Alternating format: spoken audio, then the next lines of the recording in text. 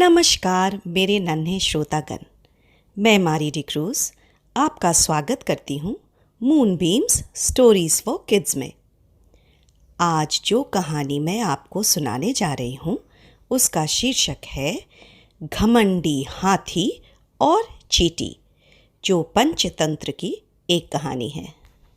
एक जंगल में एक हाथी रहता था। वो बहुत ही घमंडी था।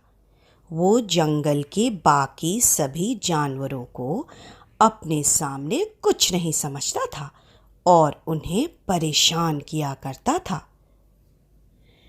एक दिन वो हाथी एक तालाब के किनारे पहुंचता है, जहां पर कुछ चींटियों ने अपना घर बनाया हुआ था और वो उस घर में अपना खाना जमा कर रही थीं। तो हाथी ने सोचा, क्यों ना इन चींटियों से मस्ती की जाए। हाथी वहां पहुंचा और बोला, अरे अरे ओ चींटी रानी, क्या हो रहा है? तो चींटी बोली, हाथी भैया, बरसात का मौसम आने वाला है तो हम अपने लिए खाना जमा कर रहे हैं ताकि बरसात में हमें कोई परेशानी ना हो। फिर हाथी बोला, अच्छा, लेकिन बरसात तो मैं भी तुम्हें दिखा सकता हूँ। तो चींटी हैरान हो गई और बोली, वो कैसे? हाथी ने अपनी सूंड में पानी भरा और पानी से उनके पूरे बनाए हुए घर को गिरा दिया। चींटी जोर से चिल्लाने लगी, अरे अरे हाथी, ये क्या कर रहे हो तुम? हमने इतनी मेहनत से घर बनाया था, हमारा खाना भी बर्बाद हो गया। तो हाथी बोला, अरे चुप करो, मैं कुछ भी कर सकता हूँ। मैं चाहूँ तो तुम्हें भी बहा सकता हूँ। और फिर से पानी उनकी तरफ फेंका। चींटी को गुस्सा आ गया और वो बोली, हाथी, तुझे बहुत घमंड है ना अपनी ताकत पर। एक दिन मैं तुझे सबक जरूर सिखाऊंगी। अरे जा जा, तू मुझे क्या सबक सिखाएगी? छोटी सी चींटी, तुझे तो मैं अपने पैरों तले कुचल दूंगा। चल भाग यहाँ से। चींटी हाथी की बात सुनकर गुस्से में वहां से चली गई। अगले दिन जब चींटी खाना लेने निकली तो उसने देखा कि हाथी वहां सो रहा है। तो उसे एक तरकीब सूझी।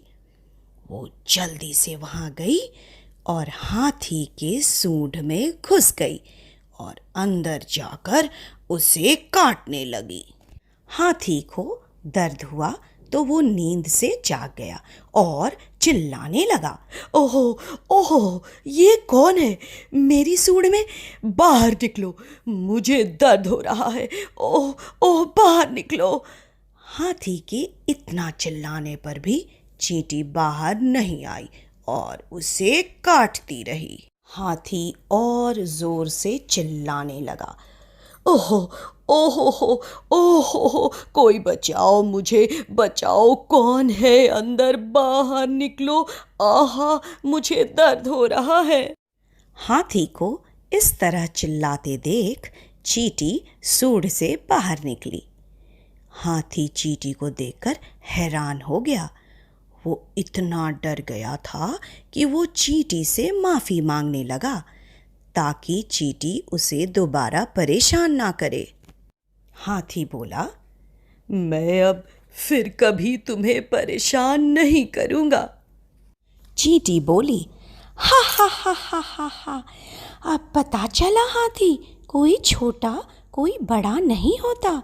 तुम अपनी ताकत पर घमंड मत करो, बल्कि उसका इस्तेमाल अच्छे कामों के लिए करो। चींटी द्वारा सबक सिखाए जाने पर हाथी वहां से भाग गया और उसके बाद फिर उसने कभी किसी को परेशान नहीं किया। तो बच्चों, तुमने देखा ना किस तरह एक छोटी सी चींटी ने अपनी समझदारी से बिना डरे उस बड़े हाथी को सबक सिखाया। इस कहानी से हमें यह सीख मिलती है कि शरीर बड़ा होने से कोई बड़ा नहीं होता। हमें कभी घमंड नहीं करना चाहिए। देखा ना, छोटी सी चींटी जो है वो भी हाथी पर भारी पड़ गई। शुभ रात्रि।